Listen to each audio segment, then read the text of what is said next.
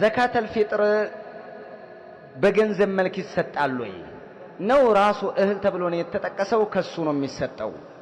ብር ብንሰጥሳ?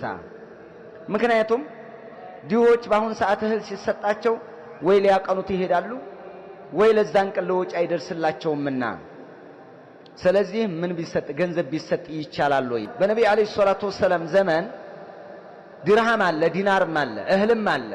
ነገር ግን ረሱል አለይሂ ሰላቱ ወሰለም ስጡ ያሉት እህልን ነው ወይ ቴምር ነው ያሉት።